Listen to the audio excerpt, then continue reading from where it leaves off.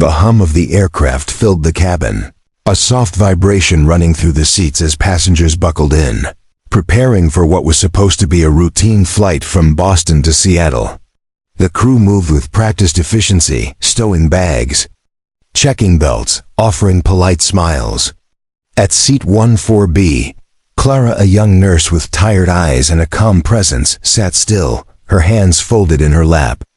She had been quiet all morning, but now something about the cockpit door caught her eye. At first, she dismissed it, a shadow, a flicker of movement.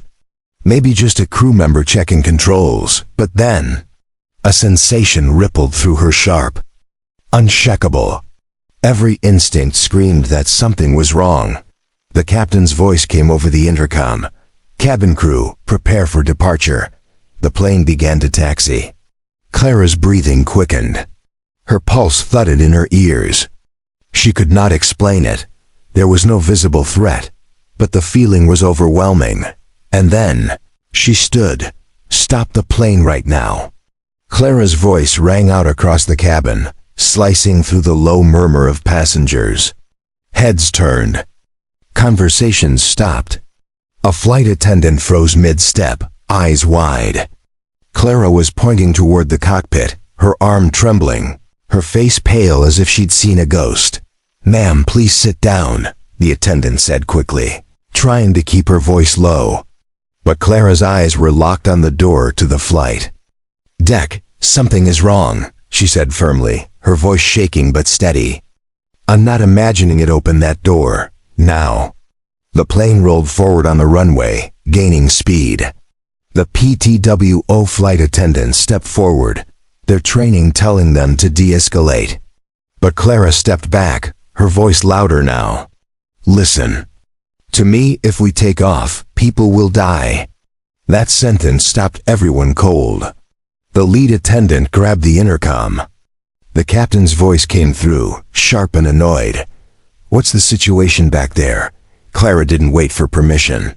She moved toward the cockpit, but one of the attendants blocked her path. "Ma'am, you need to stop." "Then you open it," Clara shot back. Her voice was trembling. The aircraft slowed, brakes engaged. Over the speakers, "Cabin crew, secure the doors. We're returning to the gate." The tension was thick enough to taste. Clara didn't relax. She stood rigid, her gaze fixed on that cockpit door, as if she could see straight through it. The passengers murmured, some angry, some frightened. The captain emerged, his uniform crisp, his expression stern. "Miss, what is the meaning of this?" Clara's voice was low, urgent. "There's someone in your cockpit who shouldn't be there." The captain's brow furrowed. "That's impossible. She cut him off. Check now." Gee, but there was fire in her eyes. "I swear, I will not let this plane leave the ground." In the back of the cabin, someone started recording. Passengers looked between her and the crew, confusion spreading. Some whispered, others pulled out phones, sensing the story was unfolding. "Call the captain," Clara demanded, "right now." The captain hesitated for only a moment, then stepped inside. A long silence followed. When he reappeared, his face had drained of color. Two armed security officers entered behind him. A man was pulled from the cockpit, disheveled, sweating, eyes darting wildly. He wasn't in uniform, he wasn't crew. And he was holding something in his hand, something metallic. Gasps erupted across the cabin. A mother clutched her child. Phones recorded from every angle. "He had a weapon," the captain said, his voice barely above a whisper. "And he wasn't supposed to be here." The man was handcuffed on the spot. Security officers questioned the crew, passengers, and most importantly Clara. "How did you know?" One officer asked her. She hesitated. "I didn't know. I just felt it. Something about his shadow, it wasn't right. His hands didn't move like a pilot's. I've seen enough patients to know when someone's adrenaline is spiking." He was panicking in there. The officer stared at her for a long moment, then gave a slow nod. "You just saved 143 lives." By the time the FBI arrived, The story was already breaking online. Clara's face was everywhere. News anchors called her the nurse who grounded Flight 237, the man in the cockpit, a disgruntled ex-employee with a criminal record. He had managed to slip past security using forged credentials, intending to sabotage the flight. When the captain heard that, he sought Clara out personally. "I owe you everything," he said, his voice heavy with emotion. "If you hadn't spoken up," he stopped, shaking his head, "we wouldn't be here." The next day, Clara was back at her hospital shift, refusing interviews, brushing off praise. She didn't see herself as a hero. "I just did what anyone would do," she told a colleague, but the truth was most wouldn't. Most would have ignored the feeling, afraid of embarrassment or punishment. Clara listened to that feeling. And because she did, 143 strangers got to see another sunrise. And somewhere, deep inside, she knew sometimes saving lives doesn't happen in an operating room. Sometimes it happens 30,000 feet in the air. Before the plane even leaves the ground, the captain's voice finally crackled through the intercom, steady yet strained. "Ladies and gentlemen, please remain calm. We are experiencing a temporary delay." But inside the cockpit, there was no calm, only rising panic. Clara stood just beyond the threshold, eyes locked on the co-pilot, whose trembling hands hovered over the controls. The head flight attendant stepped between them, her voice low but sharp. "Miss, you can't be in here." Clara's heart pounded against her ribs. "Then you need to listen to me right now. If you take off, you won't make it to Denver. Something's wrong with him." Every word hung heavy in the air, daring anyone to dismiss her. The captain glanced at his co-pilot, whose face was pale and glistening with sweat. "What's wrong with you?" he demanded. The co-pilot's eyes darted nervously, his breath shallow. "It's nothing, sir. Just tired." Clara took a step forward, her voice shaking but forceful. "That's not fatigue. Look at his skin, his lips. He's showing signs of a cardiac episode. If you push this aircraft into the air, he might not survive the climb." The captain's jaw tightened. He knew she was right, but he also knew the chaos it would unleash if passengers realized their pilot was unfit to fly. Behind them, the first-class curtain swayed with curious faces peeking through, whispers spreading like wildfire. The captain made the call, "Shut down the engines." Outside, the whir of turbines faded into an eerie silence. Passengers looked around in confusion, some already fumbling for their phones. Clara turned to the flight attendant. "We need a medical kit, now." As they guided the co-pilot out of his seat, his legs buckled, and he nearly collapsed into Clara's arms. His breathing was ragged, his pupils dilated. She lowered him gently into a jump seat and snapped open the medical kit, her hands moving with trained precision. "What's happening?" the captain asked, his voice barely above a whisper. Clara didn't look up. "If I'm right, he's having a heart attack, and we have seconds, not minutes." The scene spiraled. Two flight attendants tried to control the murmuring passengers, but rumors were already mutating. Some thought it was a bomb threat, others whispered about a hijacking. A man in row 14 stood up, demanding answers, while a child began to cry in the back. The captain radioed for emergency medical services, his voice clipped and urgent. Clara worked quickly, administering oxygen and checking his vitals. "He needs nitroglycerin," she said. The captain's brow furrowed. "We don't carry that on board." Clara looked him dead in the eye. "Then pray someone here does." From the rear of the plane, a voice called out, "I have it." A middle-aged woman in a navy blazer hurried down the aisle, clutching a small pill bottle.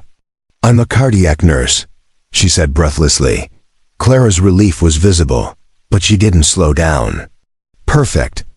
I'll handle the administration. Can you prep the AED in case his heart stops?" The woman nodded, already tearing open the emergency defibrillator kit. Passengers craned their necks to see, some filming with shaky hands. But Clara blocked it all out.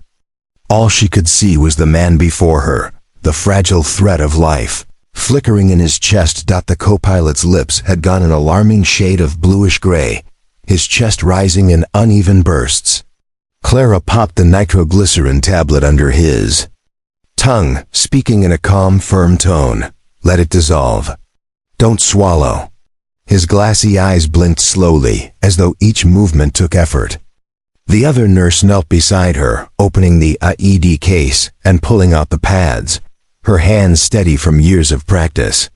The captain crouched near them, visibly torn between his duties in the cockpit and the life-or-death crisis unfolding before him.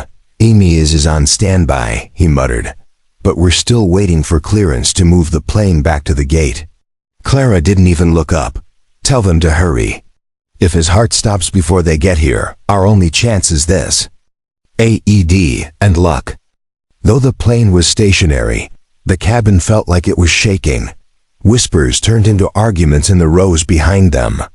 One man complained loudly about missing his connecting flight, while another demanded to know if there was some kind of terrorist incident. A toddler wailed in the distance, her cries mingling with the beeping of the AED unit as it powered up. Clara blocked it all out.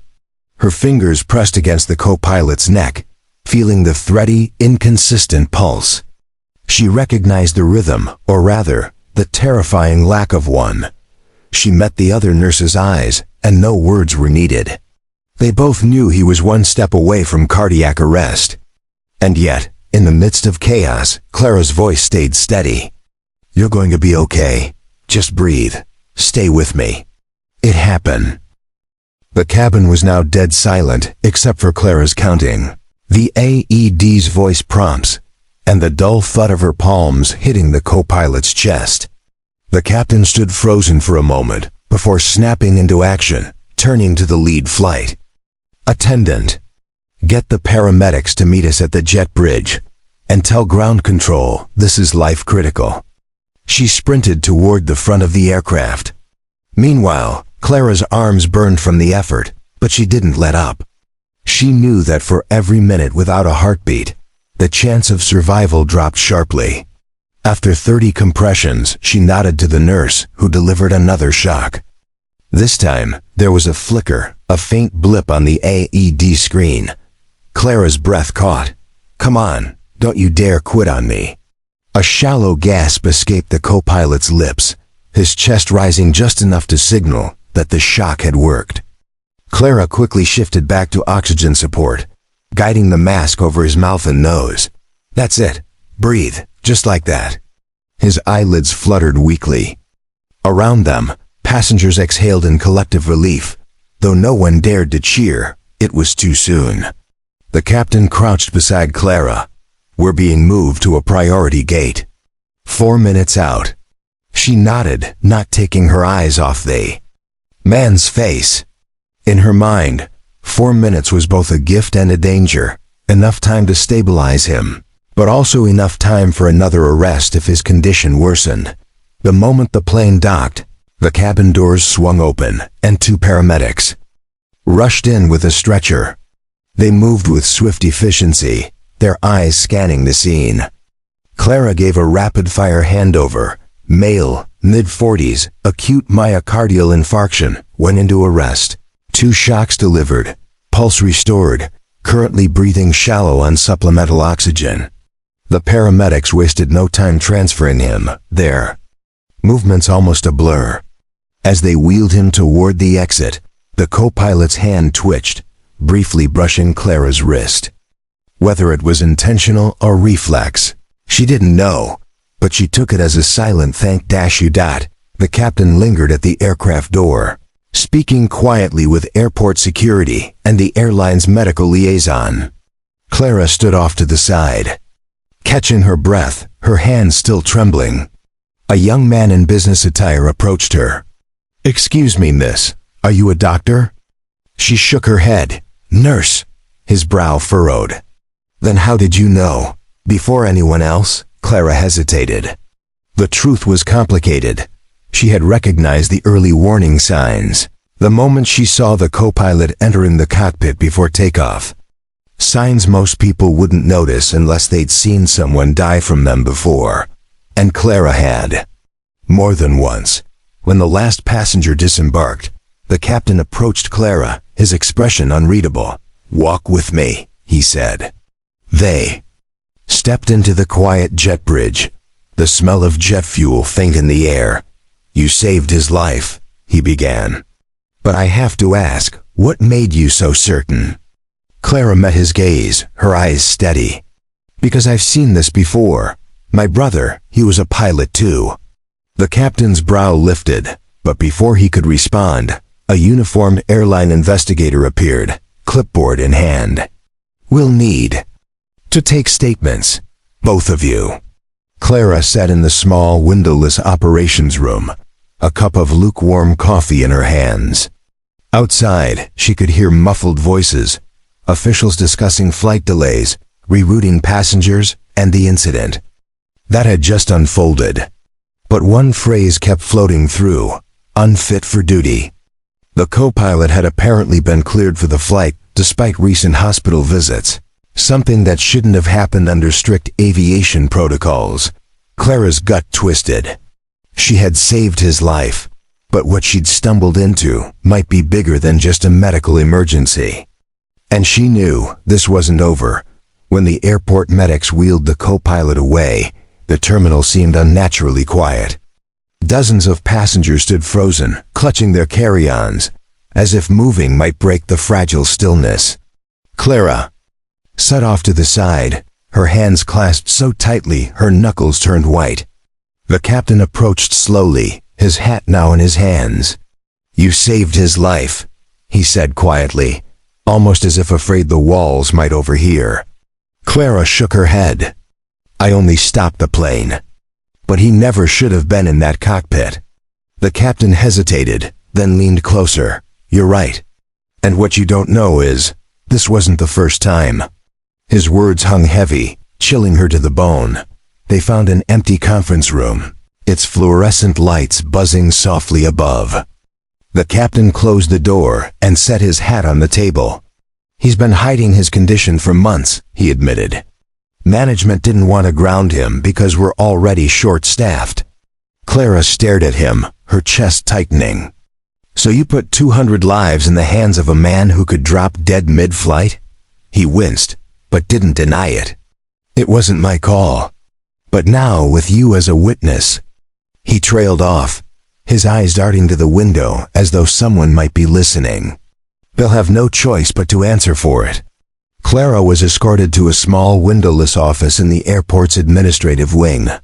Two men in suits entered, their smiles polite but hollow.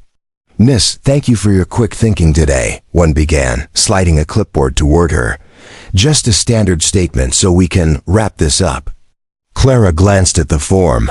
The language was deliberate, steering the narrative toward unexpected fatigue and precautionary delay. She set the pen down. "That's not what happened." The men's smiles faltered. "We'd appreciate it if you didn't complicate things," the other said, his voice losing its pleasant edge. "Airline safety is a delicate matter." Clara met his gaze, unflinching, so was telling the truth. After refusing to sign, Clara stepped back into the main terminal. A young man with a press badge waited near the coffee stand, watching her intently. He approached, handing her a business card. "Evan Torres, investigative reporter. I think you just stumbled into something much bigger than you realize." Clara raised an eyebrow. "You were on the flight?" He shook his head. "No, but I've been following incidents like this for months. Pilots flying against medical advice, airlines covering it up. And you." He glanced around, lowering his voice. "You might be the first person with the courage to go on record." That night, Clara checked into a small airport hotel, too shaken to board another flight. The hallway smelled faintly of disinfectant, the kind that lingered no matter how clean the air was. She sat on the edge of the bed, Evan's card in her hand. Every instinct told her that speaking up would make her a target, but another voice, quieter yet stronger, whispered that staying silent would make her complicit. Her phone buzzed with a text from an unknown number. "You've done enough. Go home." No signature, no explanation, just a warning. By morning, the story was already spreading. A passenger's shaky phone footage had gone viral, showing Clara confronting the flight crew and the captain ordering the engines shut down. Comment sections exploded with speculation, anger, and praise. Hashtags with her name began trending. Her voicemail was full, half from reporters, half from strangers thanking her. But mixed in were darker messages. "You've ruined a man's career. Hope you're proud." She scrolled through them slowly, her stomach knotting. This was no longer just about a medical emergency. It was about a system desperate to silence her. By the time Clara met Evan at a quiet diner near the airport, she already knew something was wrong. A black sedan had tailed her from the hotel, keeping just far enough to be deniable.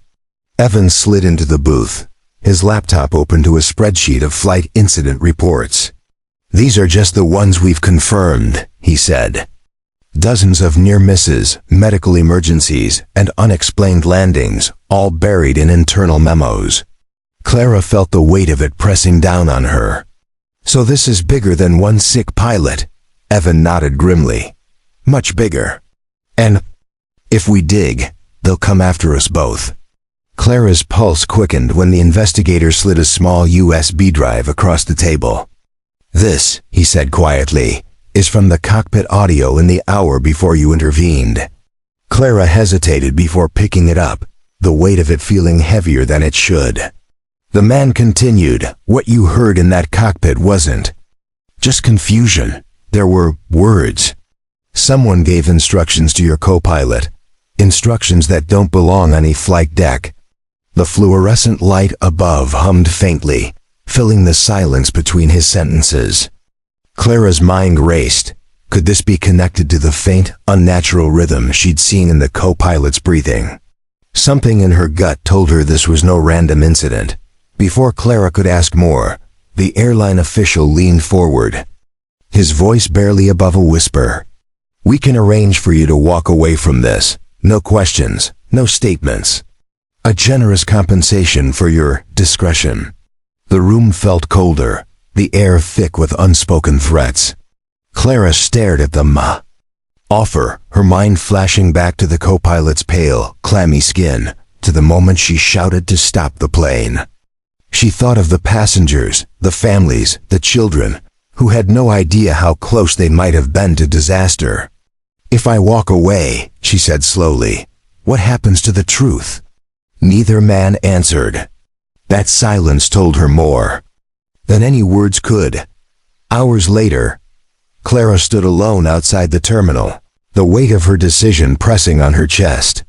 The investigators were somewhere inside, likely poring over the audio, but the airline's representatives had made their intentions clear. She reached into her bag, fingers brushing over the USB drive.